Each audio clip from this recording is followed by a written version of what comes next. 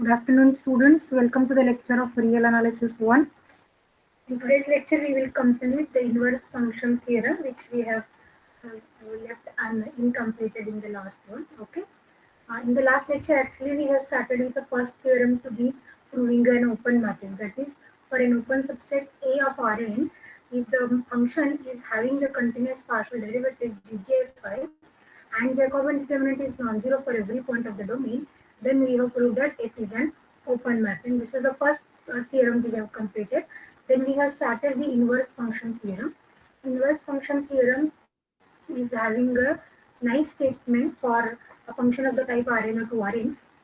If the function is of n tuple belongs to C1, belongs to C1 means is having a or the first derivative exists and is continuous, or the function is also called as continuously differentiable function. If this is defined on an open set S in Rn and P is equal to f of x, also if the Jacobian determinant is non-zero for some point A in S, then we want to prove that there are two open sets x is in S, y is in P, and a uniquely determined function small g such that there are 5 points to prove actually. First is a in x, f in y, capital Y is equal to f of x, f is 1 1. G is defined as g of y is equal to x and g of f of x is equal to x. If we're looking at this statement, g of f of x is equal to x, one can easily understand that this g is playing a role of inverse of f. Last point is g belongs to C1. As per the construction, in the last lecture, we have proved the first 4 points. It remains to prove only this last point of G belongs to C1. That is, it has continuous partial derivatives. Means first we have to prove that the partial derivative exists and then are continuous. This is what the claim actually, finding the two open sets X and Y in S and P respectively, such that A is in X, f of A is in Y. For this, we have made this nice construction. Construction we have seen in detail. I don't want to repeat it again. Okay. First ball we have found where Jacobian determinant is non-zero. Inner ball on which the function is 1 1. Again an inner ball B we have found whose F image contains an open ball centered at Y is the simple concept. And we have proved all the first 4 points one by one. Instead of saying it is true, or we have proved it is true actually by the construction. A belongs to X, F A belongs to Y, capital Y equal to F of X, F is 1 1 on X, G is defined on Y. Correct? These first 4 points we have proved already. Now it remains to prove the fifth point. What is the fifth point to prove? Let me just continue the proof.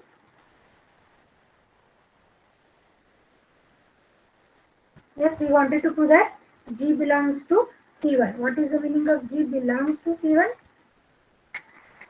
Just now I told you now. First derivative exists and it is continuous. Yes, G belongs to C1 on capital Y we want to prove. Okay, now in order to prove this G is differentiable, what we want to prove actually, we wanted to prove that all partial derivatives of G exist. All partial derivatives of G exist. That is drgk type. Correct na? Dr. Rth derivative of uh, function G means Rth derivative of the kth coordinate function. Correct no? Why it is so? Because as the original function is an n tuple vector f1 to fn, this inverse will also be an n tuple vector. Therefore, whenever we say that the partial derivative of G exists, means partial derivative of every coordinate function gk should exist. Therefore, what is the aim in today's lecture? To show that this drgk exists. Correct now? What is dr? Partial derivative with respect to rth variable. Gk is the kth coordinate function. Therefore, drgk exists we want to prove. For this purpose, we are going to define that special function as we have done in previous theorem. Function defined on Rn square. H of z is the function we have defined, the determinant dj that is determinant of the Jacobian. For this, let me just repeat that concept. For this purpose,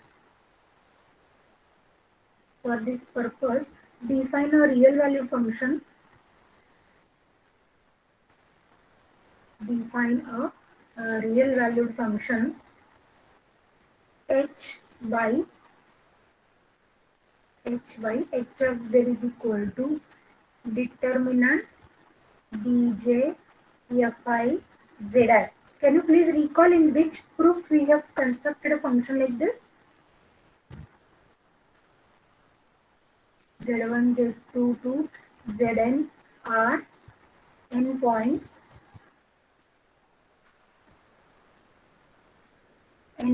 of S. S is the subset of Rn. Every point is a member of Rn. Every point is an n-tuple vector. Therefore, what is the collection of this Z1 to Zn? And if I write Z is equal to Z1, Z2 to Zn is a corresponding point in Rn square. Yes? Do anyone remember in which theorem we have constructed a function like this? Fourth theorem. Fourth theorem, ma'am. Fourth theorem. Good. This is in that function we have defined that h of z is determinant of dj fi zi, and this is the function in a point in Rn square. And no doubt it's a real valued function because it is a determinant. Determinant finally gives us one scalar value. Okay. Now in this same theorem, what we have proved that as h of a is not equals to 0. Here the Jacobian determinant is given to be non-zero, na? Yes, ma'am. Given that, therefore, may I say this h of a is non-zero? It is given that Jacobian determinant at the point a is not equals to 0. Therefore, may I say it implies h of a is not equals to 0? Which special point we have taken? Z1, Z2, Zn is equal to a, na? By taking Z1 is equal to Z2 is equal to Zn is equal to a special point we have taken. Therefore, this is actually dj fi at the point a, that is h of a, which is nothing but a Jacobian determinant at the point a, and already it is given that Jacobian determinant is non-zero. Therefore, we can conclude that h of a is not equal to 0. Now, I'll just write very similar to theorem number 4. As this function h is non-zero at point a, then there exists an n ball on which the function is again non-zero. Why? Because h is going to be continuous, because h will be a polynomial in n square entries. Correct now? Therefore, one can write then arguing as in the proof of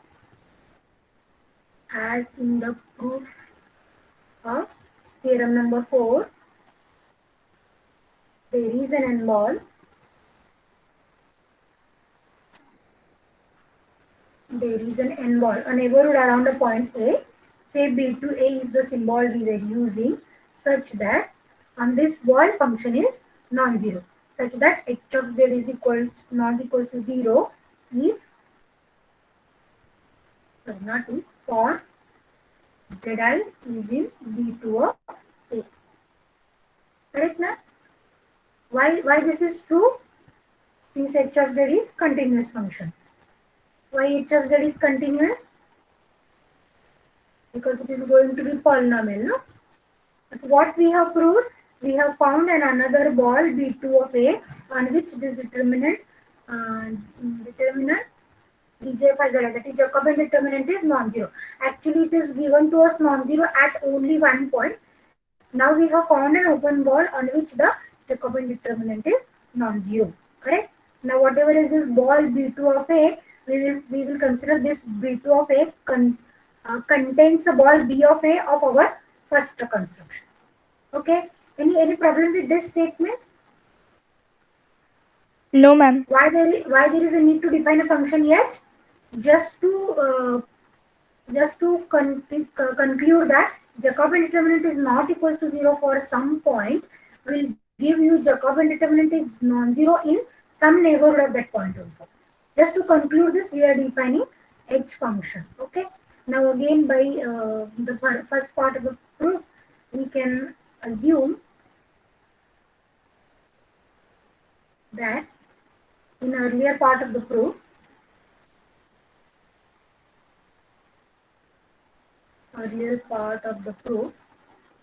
the n ball B of A, the n ball B of A chosen such that, how we are going to choose this B of A? B of A is contained in B2 of A.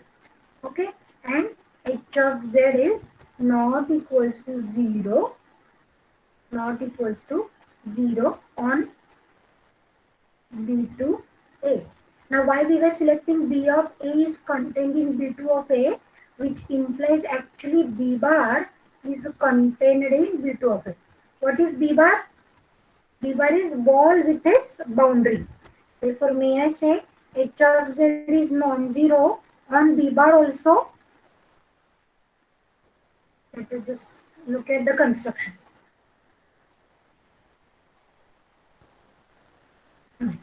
This is the ball B of A we have taken, okay, on which the function is non-zero. Now we were considering B2 of A which contains this B1 of A. If it contains B1 of A, may I say it contains B bar as well? B bar is this B Yes, along with ma'am. the boundary B bar. Therefore, B bar is contained in B of A. B of A is contained in B2 of A. Right? Therefore, this function h of z is non-zero on B2 of A as well. On B bar as well. Sorry. Okay, as B of A is contained in B2 of A, and we know already that this B is contained in B of A. B contained in B of A, B of A contained in B2 of A. Here, this B is actually properly contained in B of A. Therefore, ball with its boundary will be contained in B of A, will be contained in B2 of A. Therefore, one can say that B bar is contained in B2 of A. Okay. Now, we will define a function G. How can I write a function G? No doubt it's an n-tuple vector, say G1, G2 to Gn. Okay, what is the aim to show? Yes, we will show that. We will show that each GK belongs to C1. Each GK belongs to C1 on Y. What is GK? GK is the coordinate function, no? And it's a real valued coordinate function. Okay. Derivative of g exists. What does it mean actually? Derivative of every coordinate function exists. Therefore, here, in order to show that g belongs to C1, we will show that. Here I will write. In order to show, or in order to prove g belongs to C1, we will show that each gk belongs to C1. Every coordinate function is having their derivatives. Okay. That is to prove that yes, dr gk exists on capital Y. Correct now? To show gk belongs to C1 means it is differentiable. As this is a differentiable function, actually we wanted to show that each partial derivative exists because this is the n-tuple real valued function. It is a real valued function means total derivative gives you a gradient vector. Okay. The gradient vector is nothing but a combination of your partial derivatives. Therefore, in order to show that gradient vector exists, it is sufficient to show that each partial derivative exists. Therefore, we will show that dr gk exists for all r equals to 1 to n. Is it fine? Therefore, let me start with this is dr gk exists on this subset y we want to show. Therefore, we will start with an arbitrary point small y in y. Assume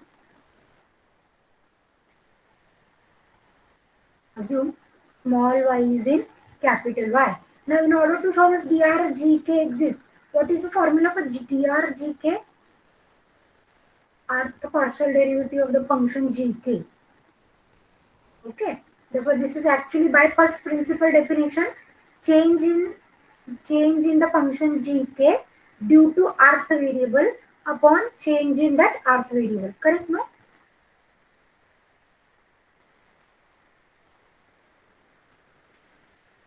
Therefore, what quotient we have to consider? I think I told you the formula for partial derivatives, the definition for the in previous lecture somewhere. Okay. Therefore, this is actually gk y plus tur minus gk y divided by t. Let me call it as statement number 2. Consider the difference quotient. Look at this difference. Y plus tur. What is ur? UR is the earth unit coordinate vector. Where UR is earth unit coordinate vector. Earth unit coordinate vector means what? Unity at earth place and all the rest it will be 0. 0. Correct na? Then what is GKY plus TUR means? Let me show you with red color pen. How this GKY plus TR minus GKY gives you the partial derivative with limit t tends to 0, no doubt. Okay, what is Y? Y is an n-tuple vector y1, y2 to yn. Is that okay? What is T? T is the scalar say. And what is U? U R. 0, 0, 0. Somewhere at rth place this is 1 and rest it is 0. Right? Then what is Y plus TUR? Just make the multiply by the scalar to UR and add it to Y. What is that UR? TUR then 0, 0, 0 T at rth place and rest 0. We will add up with Y. So what is my first coordinate? Y1. Second coordinate Y. What is rth coordinate? Y plus T. YR plus T. No, rth coordinate is YR and continue up to YN. Therefore, Y plus TUR, what it gives you actually? It gives you the increment in the rth variable. Correct, no? It gives you the increment in rth. What is that increment? The increment is T. Okay, therefore what this numerator gives you? Numerator gives the increment in the function gk due to rth variable and denominator is increment in the rth variable. Therefore, this is actually the increment ratio. And when this increment ratio becomes the derivative, if we take limit, t tends to 0. That we will do at last. Okay, understood? Yes, ma'am. Okay. Therefore, this is actually, if we prove that the limit t tends to 0 exists for this equation number 2, then it will prove that drgk exists. drgk exists. Okay. Now what we will do? We will try to include both the points y and y plus tur in capital Y. If I want to apply gk on y plus tur, this y plus tur must be a member of capital Y. Therefore, we will take t small so that the point y plus tur is in Y. Since Y is open. Y is an open set, na? Y is open set. Y plus TUR will belongs to capital Y if T is sufficiently small.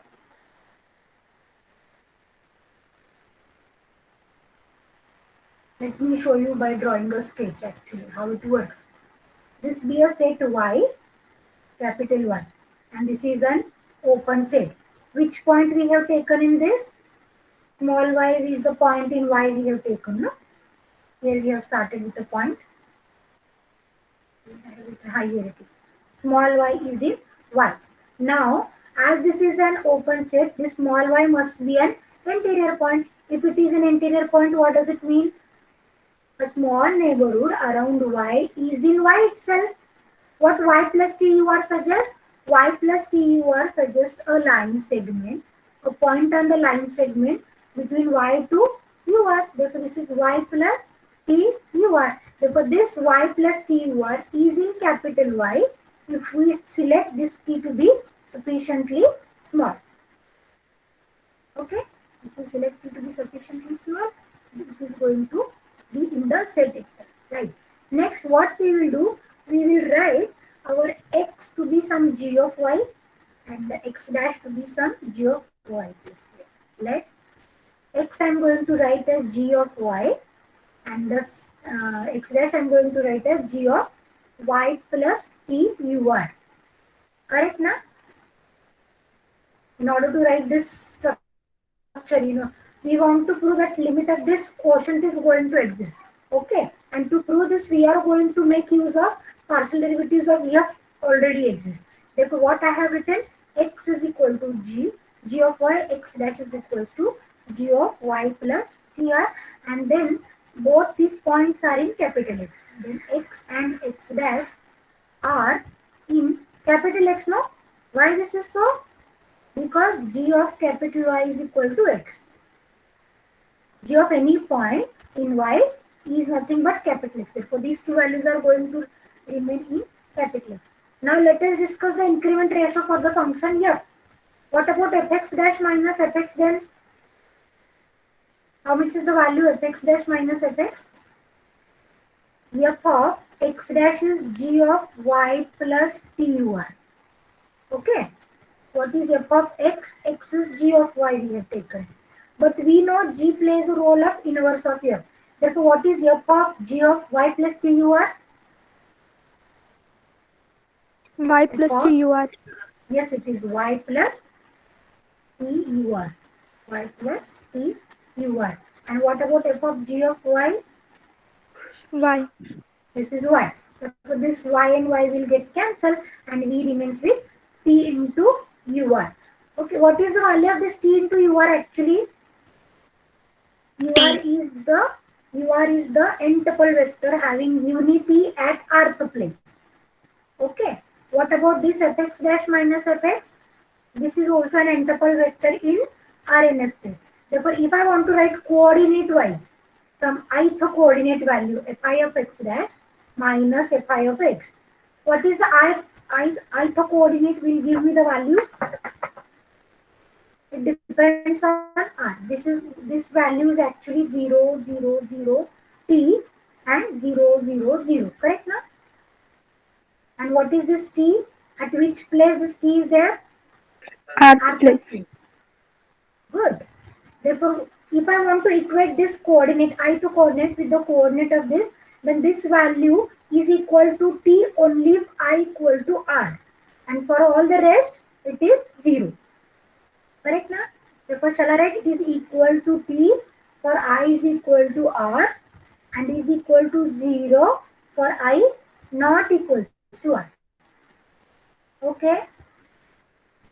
In order to construct this quotient, we are making a use of the quotient in here because already the partial derivatives of f are given that it is going to exist. Okay. Fi of x dash minus fi of x is t if I is equal to r and if 0 for I not equals to r. Is that fine? Shall I move Yes, forward? ma'am. Yes. Now let us use mean value theorem.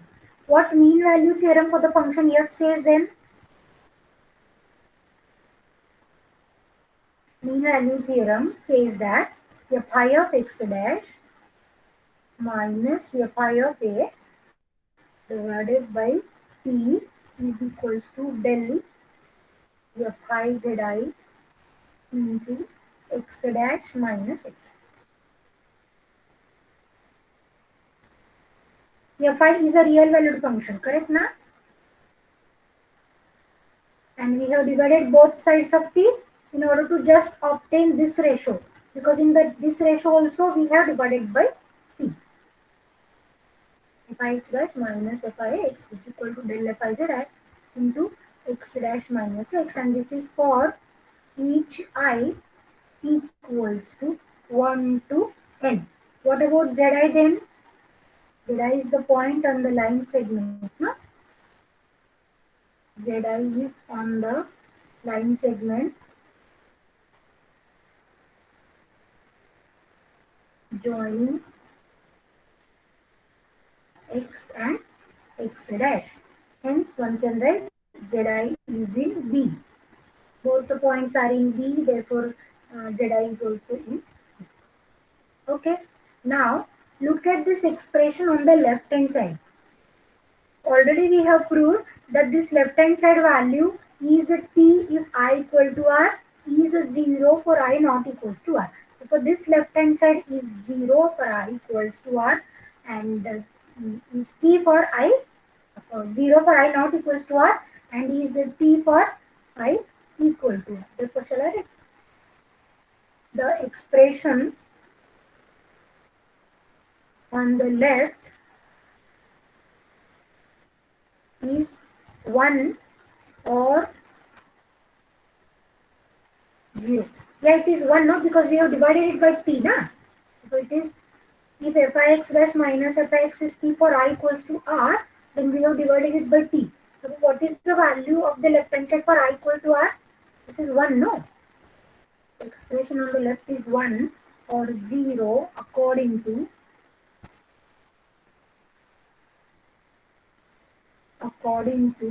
I equals to r or I not equals to r. Now look at this carefully. This is actually a system of n equations in n variables. Which are the n variables? x1 dash minus x1 upon t and so on. Let us write the system of equations. Here I will just write, this is the system of equations. This is a system of equations. System of n linear equations. I will write. System of n linear equations in n unknowns. Which are the unknowns? xj dash minus xj upon t. Okay, let us write. For I equal to 1, what is the value? On the left, 0. What is the value on the right? I will show you how it is a system of equations.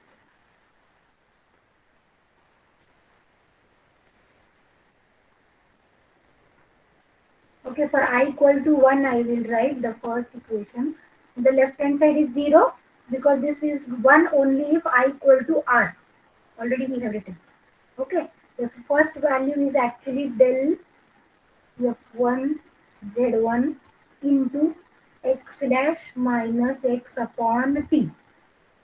X dash minus x upon t. Let me write in terms of coordinates. What is del f1 z1?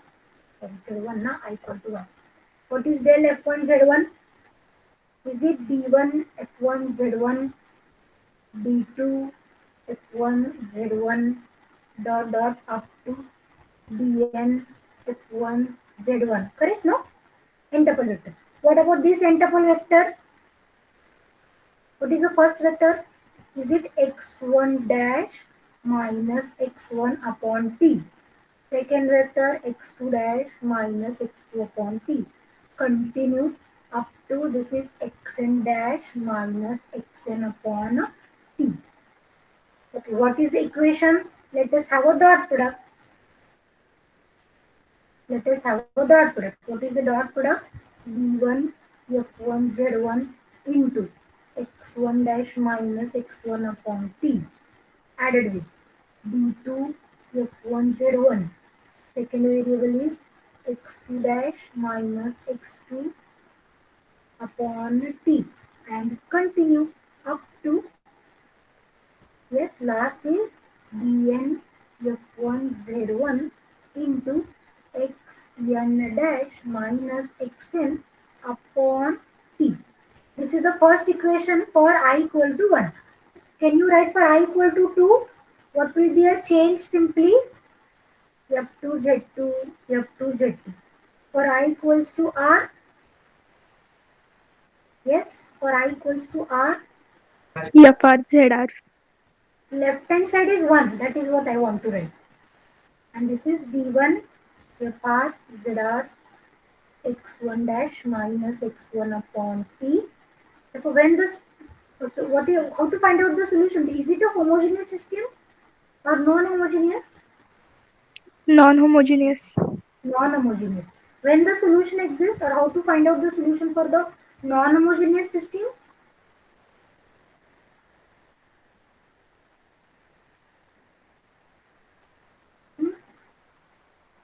What is the method to find out the solution for non-homogeneous system?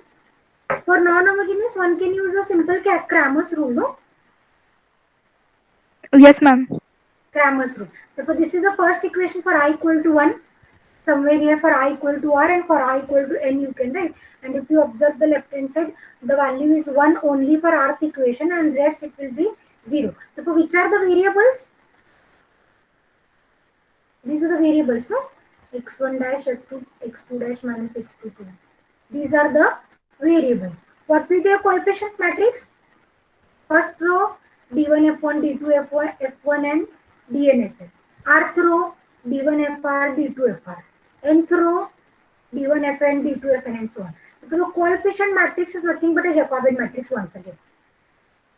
Is that correct? Therefore, how to find out the value of your rth variable? Cramer's rule. Shall I recall what is the Cramer's rule? Deleting rth column by right hand side. Good. And what about denominator's determinant? Is the coefficient matrix, determinant of a Yes, coefficient ma'am. matrix. Therefore, the solution exists only if determinant of coefficient matrix is non-zero once again. Correct? Therefore, here also the determinant coefficient matrix is Jacobian matrix, which we know already non-zero. Therefore, if I find the value of kth variable xk dash minus xk upon t, what is the value? This is actually two determinants. Correct now?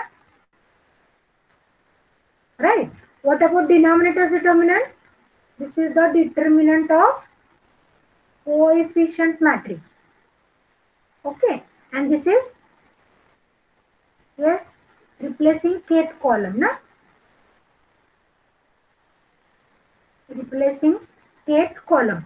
But this determinant of a Jacobian matrix, this is coefficient matrix, is nothing but Jacobian. We have proved that Jacobian determinant is non-zero. Non-zero on B bar. Therefore, may I say, whatever is the value of your numerator's determinant, the existence of this value totally depends upon the determinant of your denominator. Denominator's determinant. And we say that the value exists if denominator's determinant is non-zero. And here we have denominator's determinant non-zero. Therefore, may I say, this value exists. We are not interested in what is the value. We are interested in showing only the value exists or not exist. Therefore, may I say the value exists? Because Yes, ma'am. whatever is the value, we are not bothering about the numerator's determinant value. We are bothering about the value of denominator's determinant. Denominator's determinant is nothing but a Jacobian determinant. We have already proved Jacobian determinant is non-zero on B bar. That's why denominator's determinant non-zero gives me the value exists. Now we will check what is xk dash minus xk upon t. Over here, shall I write only this is a system of n linear equations in n unknowns and has unique solution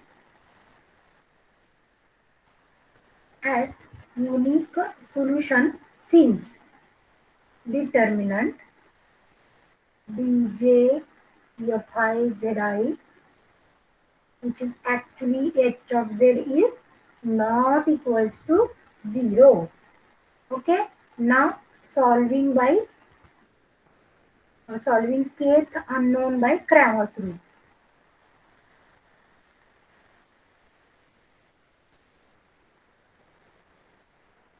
Solving kth unknown by Cramer's rule. Okay, so let us calculate the kth unknown of the by the Cramer's rule. So what is the value of kth unknown of the Cramer's rule? Xk dash minus xk upon t. But already what we have written, x is equal to g of y, na? Somewhere x is equal to g of y. X dash is equal to g of y plus ty. Then what is xk?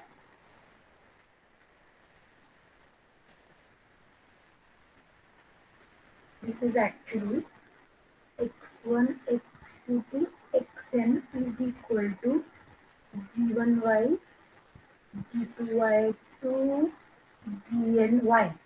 Now can anyone tell me what is xk? GK of y. Yes, it is gk of y. And what for this x dash, xk dash? Is it gk GK. y plus tur? Correct, na? Therefore, here can I write xk dash is gk y plus tur. xk is gky upon t as it is as a quotient of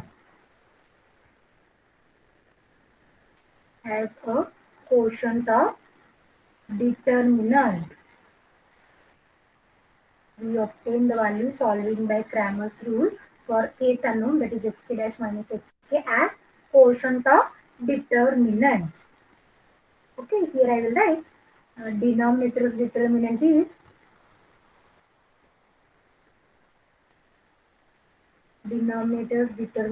is yes, Jacobian determinant, Yes, ma'am. which is non-zero. Denominator's determinant is Jacobian determinant, which is non-zero. Okay. Now what we have proved? The value exists. We have proved this value. Okay. But what? How can I convert this value to partial derivative? If I take limit t tends to Limit 0. t tends to 0. Now what will happen if I take limit t tends to 0? Just check. X and x dash are the 2 points. X is equals to g of y. X dash is equals to g of y plus tur, and zi is the point in between x and x dash. By mean value theorem we have written. Na? Zi is the point on the line segment joining x and x dash. Therefore, what will happen if t tends to 0? If t tends to 0, this point x dash is coming towards x, na? Therefore, one can Yes, say ma'am. that zi also tends to x. As t tends to 0, the point x dash will tends to x, and since g is continuous,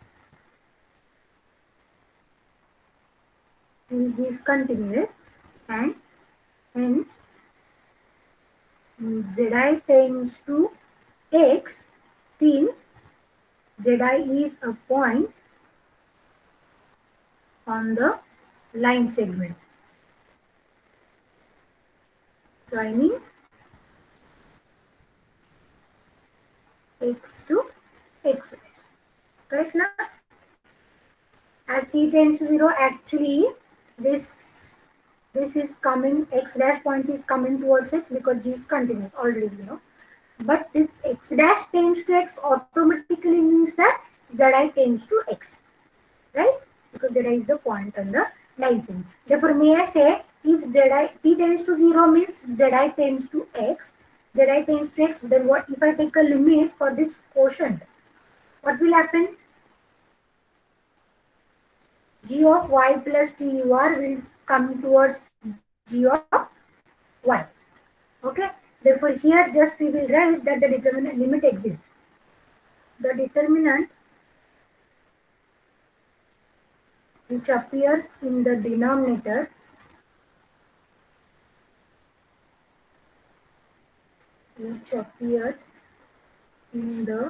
denominator as for its limit the number, yes, determinant djfix, which is actually Jacobian determinant of x, not equals to 0. X is in capital X is in V bar. It is in, this set is in V bar. Okay. Therefore, may I say the following limit exists.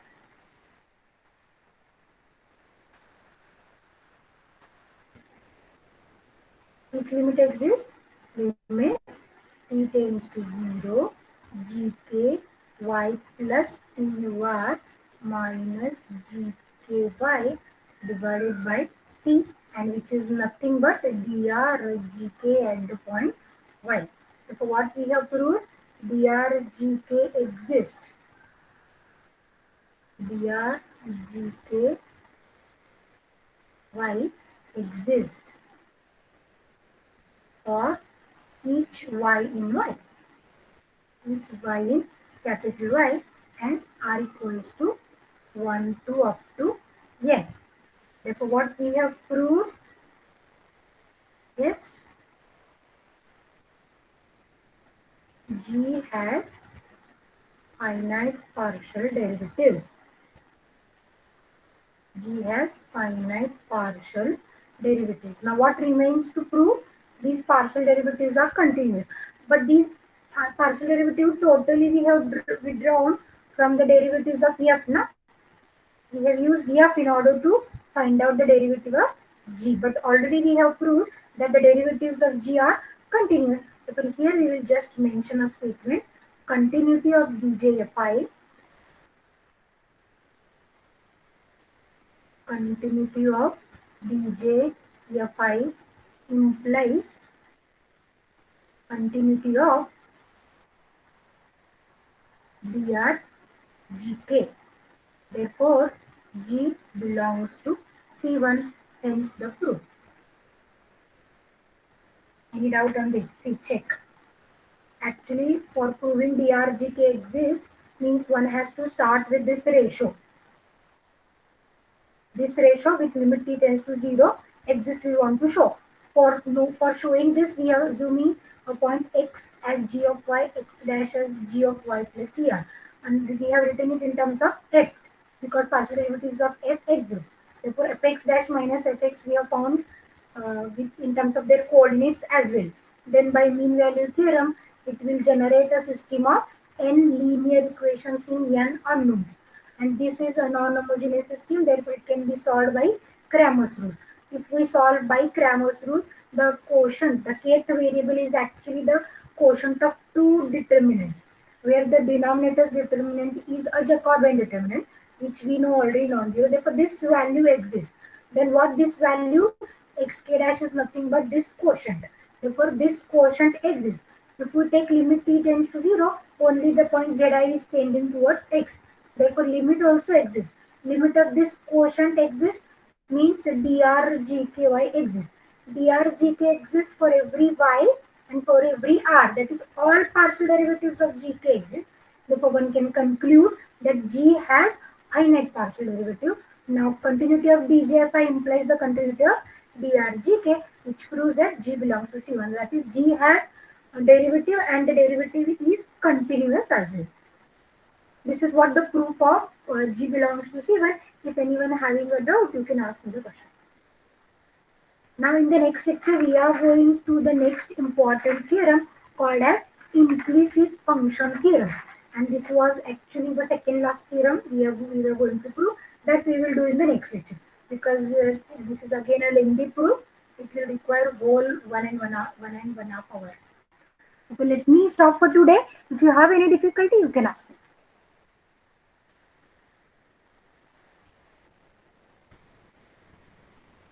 Yes, students, any difficulty?